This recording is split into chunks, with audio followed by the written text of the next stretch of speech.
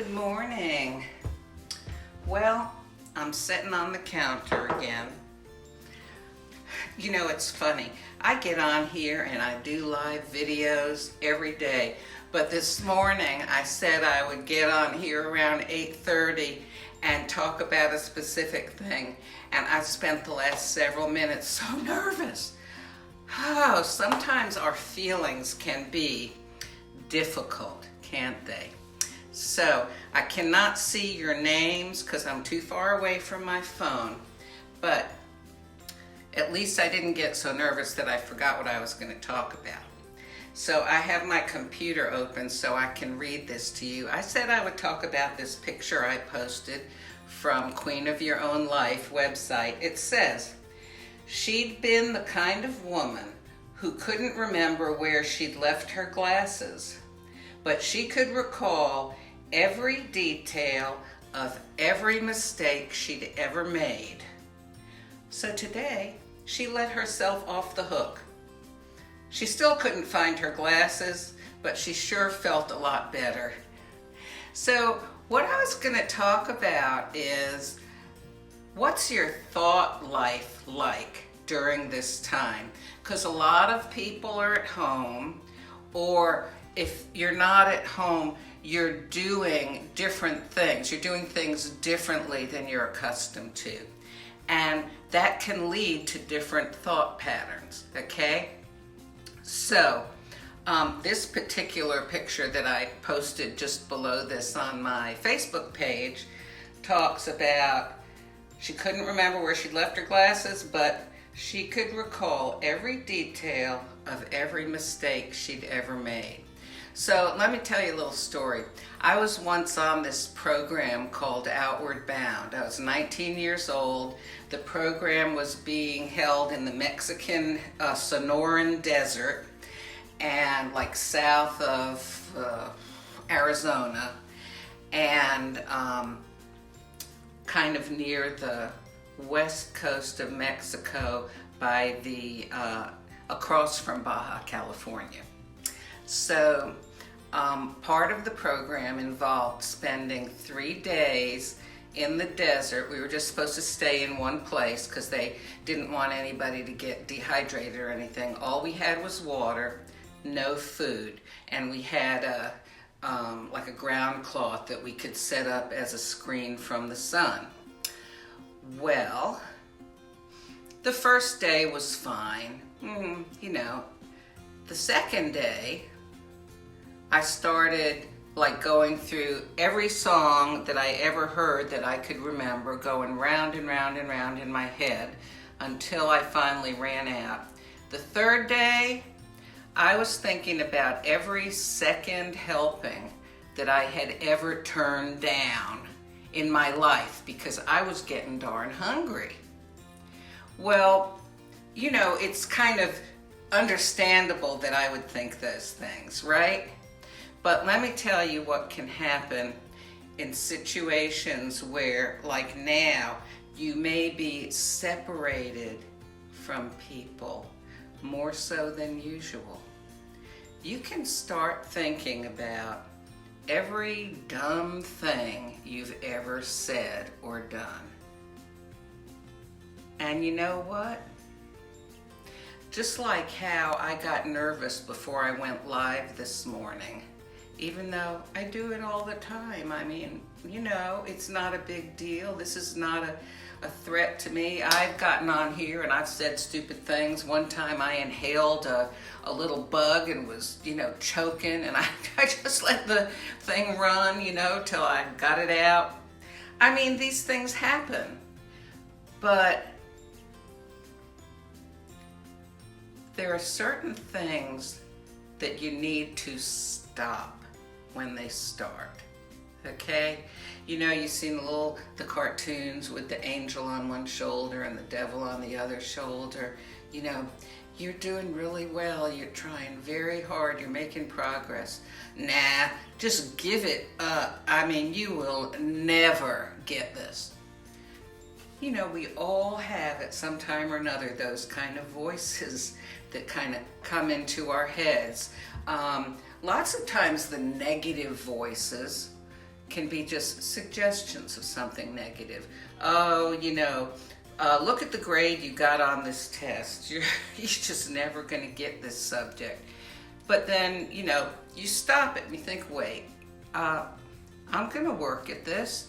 If this is as good as I ever get, at least I know that I worked and tried to do the best I could. And this was the best I could do. And that's what's important, okay? But if you start engaging that negative voice, yeah, I'm not very good at this. I mean, actually, when it comes right down to it, there's a lot of things I'm not good at.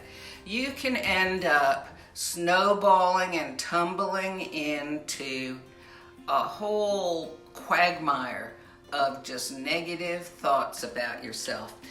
Sometimes those thoughts are things that you just thought on your own. Sometimes they may be almost like voices from the past. Maybe a parent who criticized you, or a teacher, or even a friend.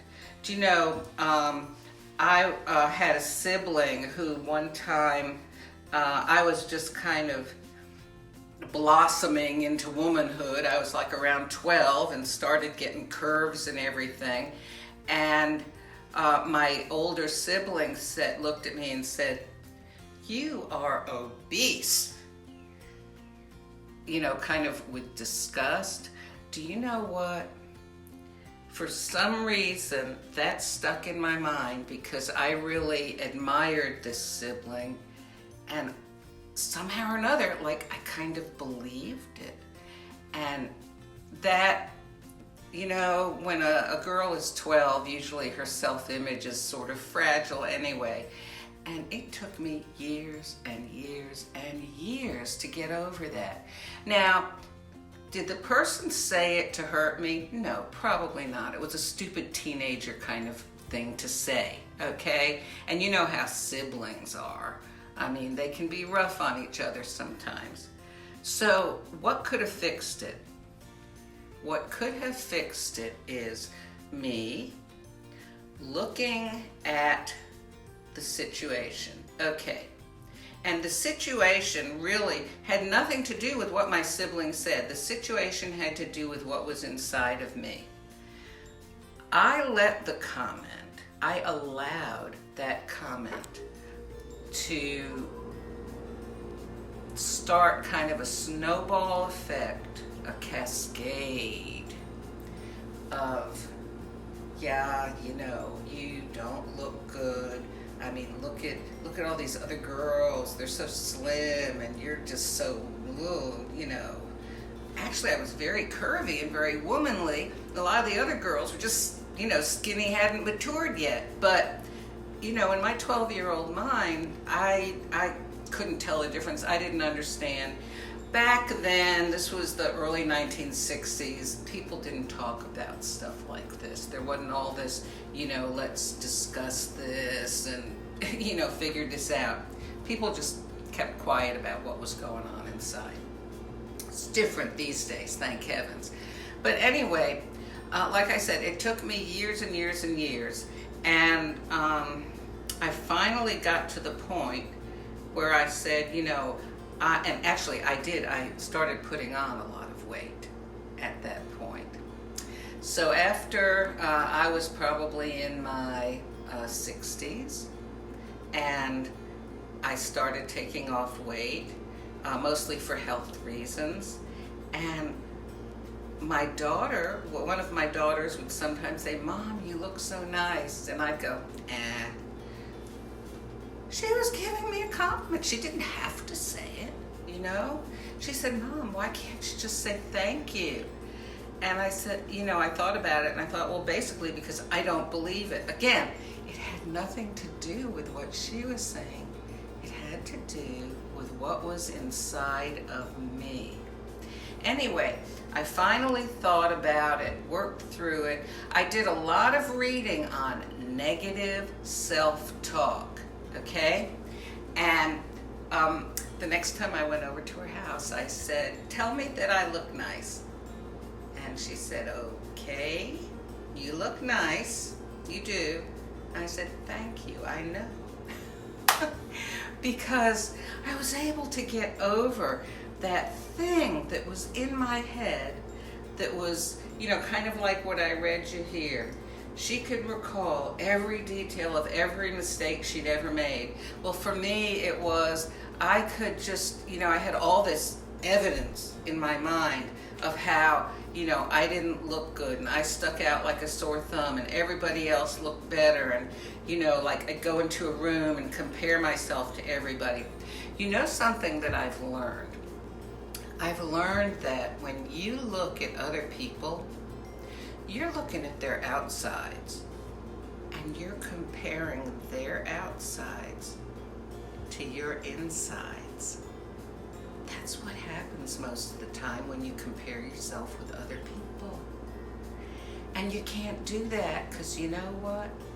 If you saw their insides, I would say for the most part, most people are, pretty messed up in one way or another, just like you, just like me. It's like comparing apples and oranges, two different fruits. You cannot compare your insides to somebody else's outsides. It's not going to come out well. So I just want to talk about one other thing, which is this. Some people overthink stuff. I have a mentor who I sit in on a lot of his trainings, and he'll talk a lot about people who overthink stuff. And he'll talk about getting into action rather than sitting and thinking and thinking and thinking. So I'm going to show you something. Let me just get a drink here.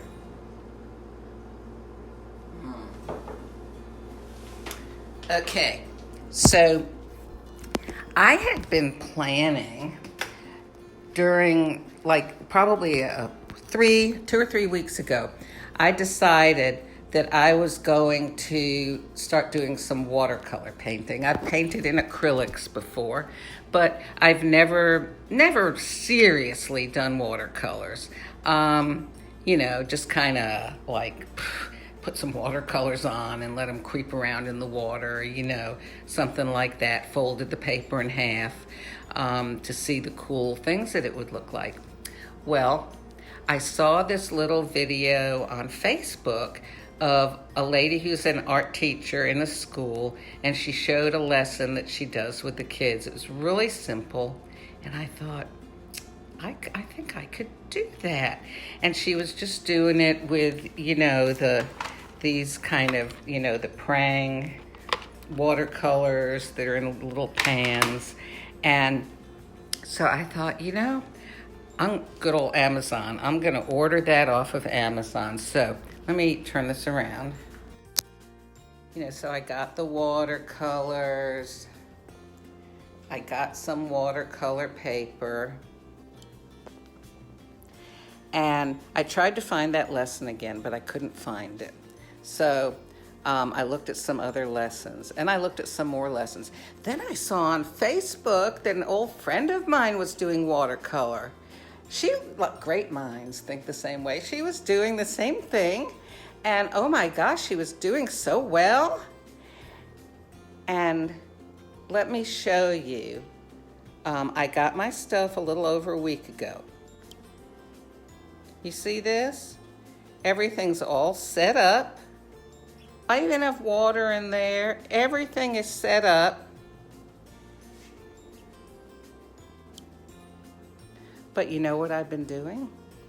I've been watching lessons about watercolor. I've been thinking about watercolor. I've been overthinking about it.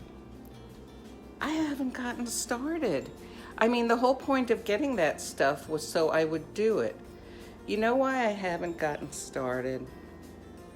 Because I want things to be a certain way. I just want them like this, to be a certain way, okay? I want to be able to sit down and pick up that brush and just and make something as pretty as my friend is making. And I watched one watercolor lesson and it showed like 13 different techniques for watercolor. And as I was watching them, I realized, oh golly, yeah, I've seen like bunches of these techniques in lots of different watercolor paintings I've looked at. Oh my gosh, I'm gonna have to learn how to do these. Anyway, as you see, I haven't even gotten started. What is holding me back? Has somebody tied me up in the corner and gagged me and bound me and I can't move? No.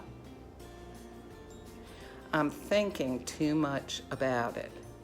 I need to act, okay? So you can think about this phrase, okay? Yes, you need to think about stuff in a reasonable way, but action trumps everything, okay? No matter how much you think, it's not going to change what you do until you get up and do something, okay? So, yes, I've talked about, let me read this again. She'd been the kind of woman who couldn't remember where she left her glasses, but she could recall every detail of every mistake she'd ever made. Listen, today, stop thinking about things that are not productive. Let yourself off the hook. You still may not be able to find your glasses, but you'll be better off for stopping that stinking thinking, okay? Just stop it, all right? I'm going to put this funny video that Bob Newhart did. I'll put it in the comments or in my next post. But sometimes you've just got to stop doing things in your head that are not productive, that are not building you up and encouraging you, that are not helping you move forward and make progress. And you've got to just go do something. That's a way to stop the negative thinking. Take a deep breath, go 5, 4, 3, 2, 1, and get up.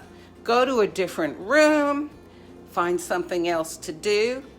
Or, you could always talk it out with somebody also. Or you could make a list of what's true and what's not true. But do something, okay? Stop the negative thinking. It is within your power. And if your negative thinking involves something like, I want to sit down and pick up that brush and just make a beautiful watercolor. Do you know what I've done? I've said to myself, all right, you have spent a week, Sylvia, thinking about this, over a week actually. You even have everything sitting ready there on the table. In fact, I bet there's a layer of dust on top of the water already. I'll probably have to change it out. Yep, there's some little things floating on it. I said to myself, all right, there's a certain learning curve with this, and you can enjoy it. You're probably not going to make a brilliant, gorgeous watercolor the first time or the first several dozen times, but every time you do it, you will get better. But you can't get better until you begin. And so today I'm going to begin, all right? And maybe tomorrow I'll have something to show you. It may look like something a kindergartner did. That's all right, because the point is we all need to start somewhere. So if you have been letting negative thoughts about yourself go round and round in your head, you're overthinking it. If you've been comparing your insides to how somebody else looks on the outside, stop it. It's not a fair comparison. Let yourself off the hook today. God bless you.